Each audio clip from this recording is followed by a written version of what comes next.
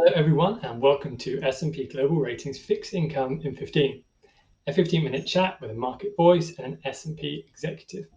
My name is Joe Cass. I head up market outreach in the UK, and today I'm very fortunate to be joined by David Rubenstein, founder and co-chairman of the Carlyle Group, and S&P Global's president and CEO, Doug Peterson. Thanks very much for joining me today, David and Doug.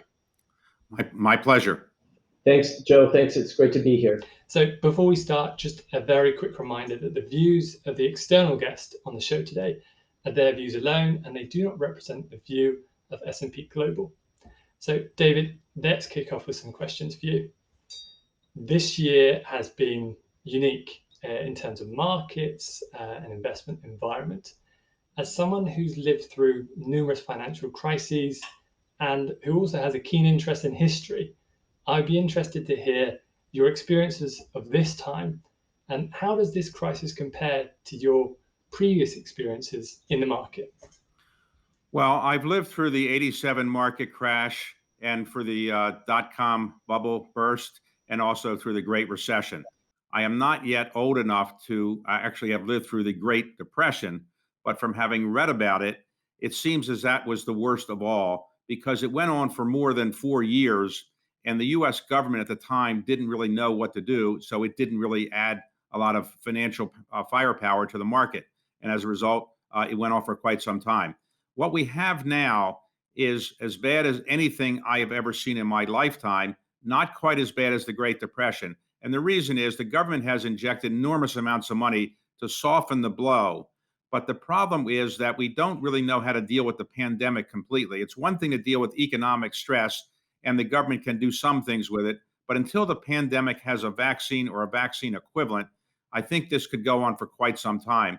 In addition, this is a global phenomenon. It's not just a US phenomenon. And you could say the Great Depression was as well. But I think that generally people feel this is something that will be resolved within the next, I would say, 6 to 9 months. We'll come back to some type of normal situation, whereas the Great Depression went on for quite a bit longer. But this is as bad as anything I've ever seen and anything I ever want to see. David, you've been involved in finance for many years. I'd be interested to hear your broad outlook for markets, maybe with a focus more on the credit side. Okay, well, the markets have been stronger on the credit side and on the equity side than I would have expected given the global pandemic and given the recession we're in. Why is that? Well, the Federal Reserve basically said, whatever we have is yours. We'll open up our bank. There's no limit to what we'll do. Well, that's never quite happened before. So that has softened the blow for the credit markets. And for the equity markets have been fueled to a large extent by the tech companies, which have really zoomed. I hate to use that word, but they have boomed. I guess I should say not zoomed, but they've done an incredible job. And as a result, the market is in a different place than the economy. I think the economy is not in as good shape as the market has been.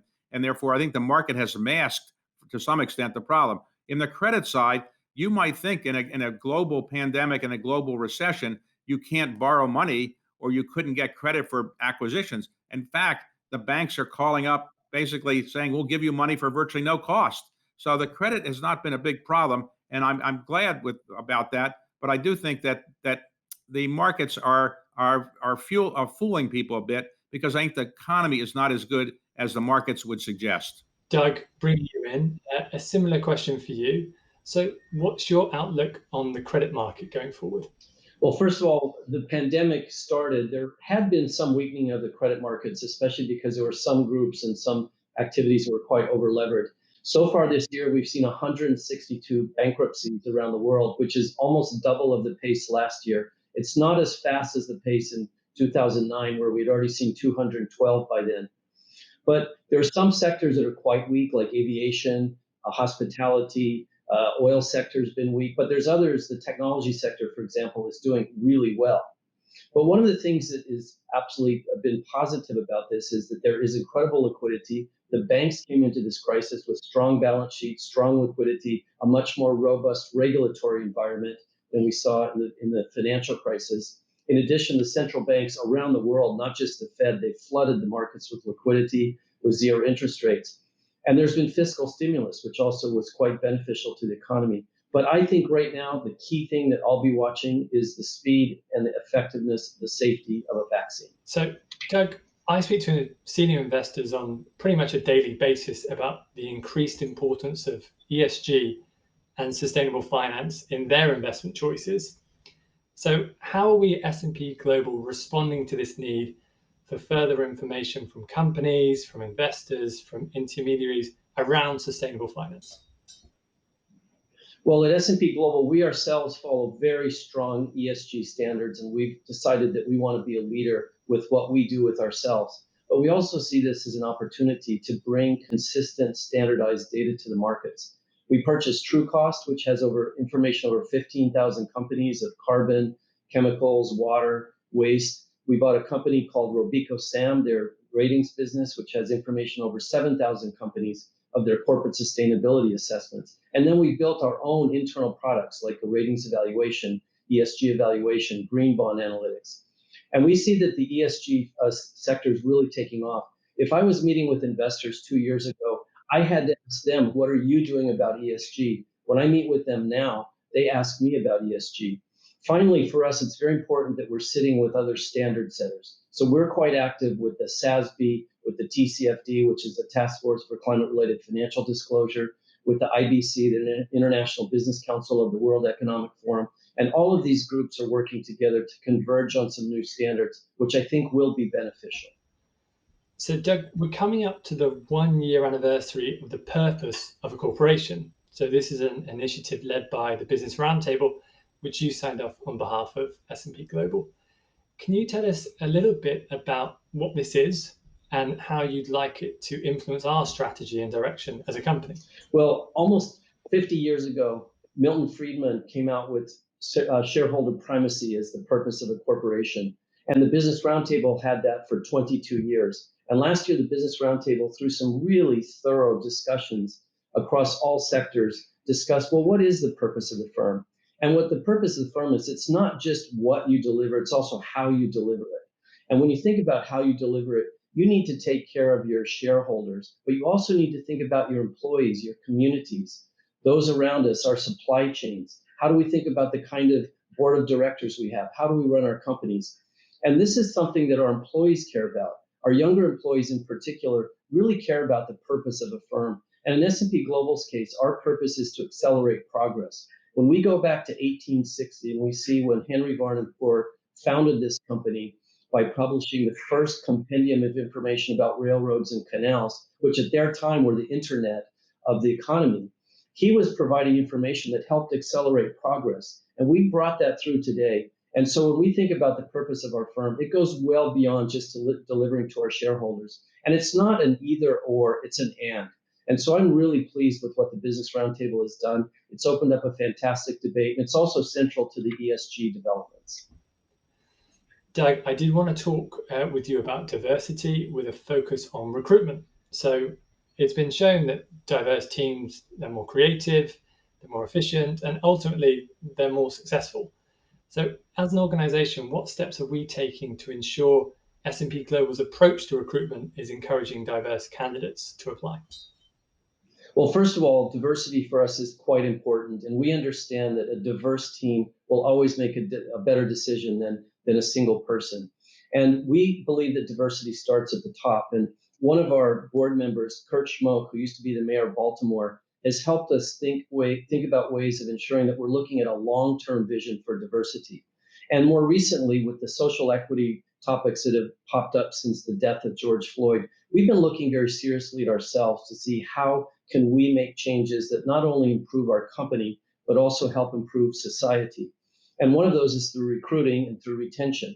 We've had very strong employee resource groups in our company across many different ethnicities, different types of organizations, but we need to do more. And so we're looking at working with HBCUs, how we can look into different communities. Also internally, as I mentioned, it's very important that we not only hire, but we also retain. And we've been looking at ways that we can have more transparency for our internal recruiting efforts, for our job descriptions, for how jobs actually get filled. So it's not, well, that was a mystery. How did that job get filled? Well, we need to post things and have more transparency around that. So we're doing a lot, but it's a long-term plan, and we want to make sure that we start with ourselves first. So now we're going to move on to some non-market related questions. So David, I'll start with you. You host the David Rubenstein show on Bloomberg.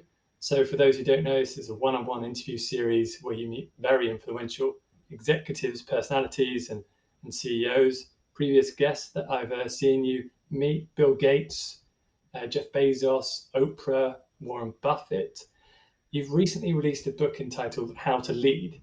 So this summarizes takeaways from your conversations. So can you talk a little bit about the book and maybe let us know a few interesting or surprising things you've learned whilst interviewing these global leaders? Well, I've had a number of global leaders. I haven't gotten everybody I want. Doug Peterson, for example, I have not been able to interview him yet, but I have him on my list, and I'm going to try to get him to do this as well. So, what I'm trying to do in these conversations is talk about leadership, and I took the best parts of the interviews I've done so far and put them in a book, How to Lead.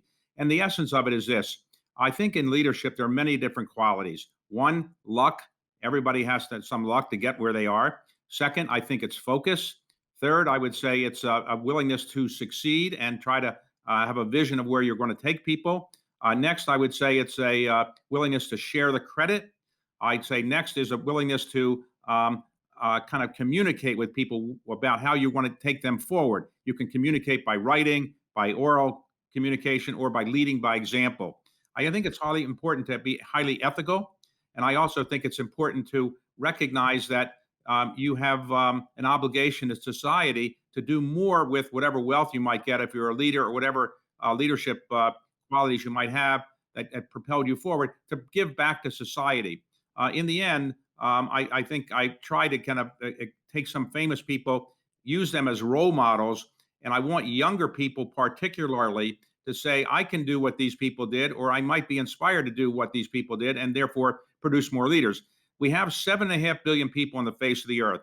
We can't have 7.5 billion people running the world. We have to have leaders in all kinds of different areas. And so what we want to do is have some people rise up and become the leaders of society and make society move forward. Final point is this: it's not the case that you always find somebody is a superstar, student body president, first in his class, all-American athlete, whatever it might be, and that person then propels himself or herself forward for the rest of life and is always a leader. Sometimes the leaders who are superstars as a young person may not turn out to be the superstars later on in life. And in fact, if you take a look at the last 10 presidents of the United States, only one of them, probably Bill Clinton, would have been thought to be a potential president when he was younger. So it gives solace to people like me who weren't great leaders earlier, but if you keep working hard, eventually you can work your way up and you might become a leader later in life. The person that Doug mentioned is somebody I think is quite good. I grew up with Kurt Schmoke. I've known him for most of my life. He was an extraordinary example of a leader as a young man, student body president, president of his class at Yale, Rhodes Scholar, incredible athlete. And he is one of the few examples of somebody who continued throughout his life to be a great leader, but that's rare. Kurt was, as you mentioned, mayor of Baltimore, and he's done many other things, now the president of University of Baltimore. But generally, people who are superstars early on don't often turn out to be superstars later on. Sticking on the kind of topic of leadership, Doug, you've been CEO of S&P Global for 7 years. So leadership during a crisis such as the COVID pandemic must be very complex and extremely challenging. You're essentially responsible for leading a company which includes over 20,000 people. So how have you navigated through these difficult times, and has the crisis changed the way you approach your role as CEO? Well, first of all, David mentioned earlier some of the factors that have defined this pandemic, which are completely new for people like me, being a healthcare crisis, being global. But I've had a model of leadership that I started developing about 20 years ago, and I've tweaked it a couple times. And I find that every time I encounter a crisis, it works very well. The first is it starts with a vision, having direction, having the ability to tell people and understand where we're going. The second is integrity, and integrity is about values. It's about ethics. It's about having a system that people understand. In our own company, we have a set of values: integrity, relevance, excellence. And this is a time when those really need to be reinforced. The third is accountability. And when I think about accountability, I think about controls, I think about governance, I think about management processes. And then finally, communications, which is the glue that holds things together. And I spent about 16 years of my career overseas, 10 years in Latin America, and 6 years in Japan. And sometimes people ask me, well, were there aspects of leadership that were common across all the different cultures? And I thought about that, and there is, and it's about respect. And no matter what leadership models are around the world, people have empathy and they have respect. The great leaders are able to understand who they're working for and who they're working with, and that they're serving those people with respect. And the final thing I'd say that I've also learned, especially working with some great leaders, is that decisiveness is many times the difference between somebody who's a great leader and somebody who is just a pretty good leader. And you have to sometimes make decisions with only 60 or 70% of the information. And then in this pandemic, this is one thing that we had to do. In our company, we had to very early on shut down our offices around the globe. And we did it faster than anybody else because we saw something that none of us liked, and we had this wave around the world with Asia and Europe into the US. And so the decisiveness of shutting down our offices, getting set up, it served us well. And our people have generally been safe. Hasn't been easy to work from home, but we've done very well throughout the pandemic.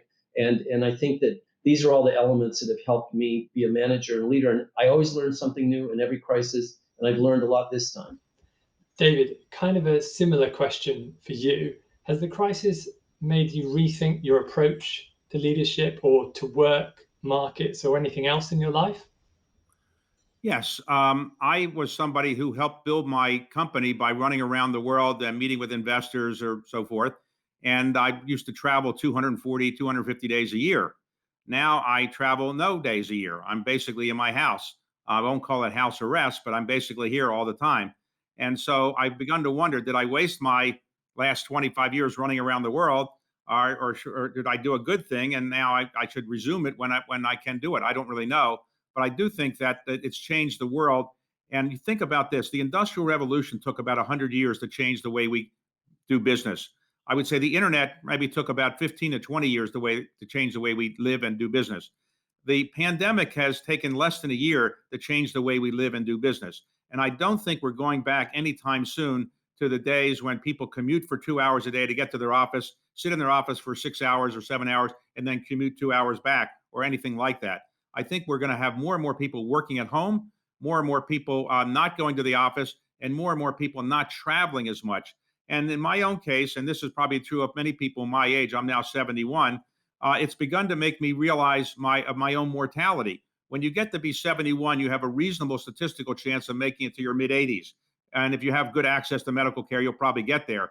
But today, with COVID, you could get it in 2 or 3 weeks, you could be gone. And so I've begun to be much more careful about my health. And I've also begun to recognize I have a bucket list. And I better get this bucket list completed soon, because you never know how long you're going to be around. So it's made me think about my own mortality and things that I really want to accomplish before my time is up. Joe, let me comment on that in the sense that what we've done at S&P Global is by putting our people first throughout the crisis, we had to think a lot about their health, but also their mental health. We have not been connecting with our people, and we learned how to work from home very fast, but it's something quite different for us.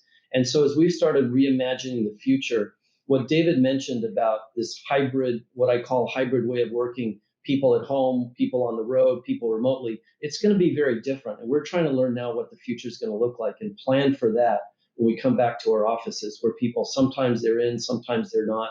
What are the jobs that people need to be together? We always talk about apprenticeship in our business, which is quite important. And what do you learn from other people? And so we can't lose that human contact, but we found a gold mine of being able to work remotely that will end up allowing us to have a meeting in Paris and New York and Seattle the same day that never would have been possible before. So I think that there's actually a lot to be learned, and this will be beneficial for how we work in the future.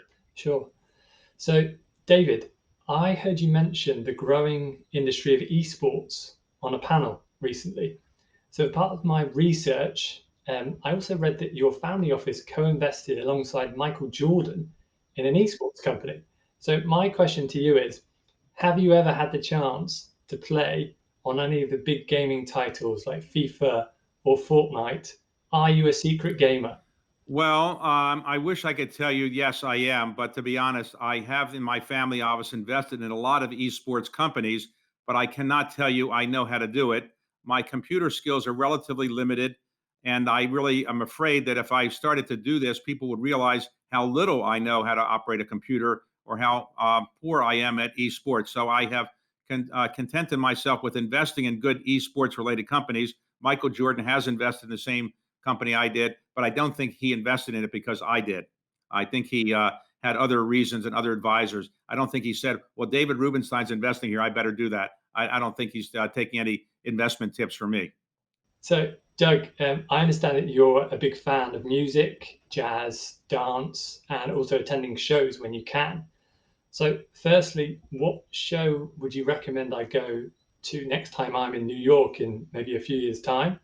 And the second one is, as shows have been cancelled due to the pandemic, what kind of hobbies, what kind of interests have you been spending your spare time on? Well, it's so ironic that my hobbies are traveling. I love going to archaeological sites. I love live performance, jazz, dance, opera. I grew up in a family where my grandfather used to watch opera and listen to opera on Saturdays while he was watching baseball in a town called Santa Fe, New Mexico, where there's a pretty good summer opera festival. And so, very early in my life, I started getting interest in live performance. And sometimes at a live performance, an idea will pop into my head that has to do with business or something else that I never would have thought of unless I'd been there. And so during the pandemic, I've had to find other ways of thinking about performance. So I've watched some streaming performances of some jazz performers, some opera singers. It's been one way to do it. I've been reading a little bit more than normal, but I've also been working quite hard and haven't had as much free time as I would have thought. But next time you come to New York, if we're back to normal, go to the Blue Note Jazz Club, go to see an opera at the Metropolitan Opera, go see Hamilton, and go see a dance performance of Paul Taylor. Yeah, Hamilton's on my list. It's available to watch, but I'm kind of saving myself to try and watch it live as opposed to just watch it on TV. So a bit of a deep question now for the both of you. So looking at kind of significant global topics like climate change, the climate emergency, social media, artificial intelligence, space travel, or kind of anything really, on a personal level, what excites you and what scares you about the future of humanity? And David, I'll pass the baton to you to go first.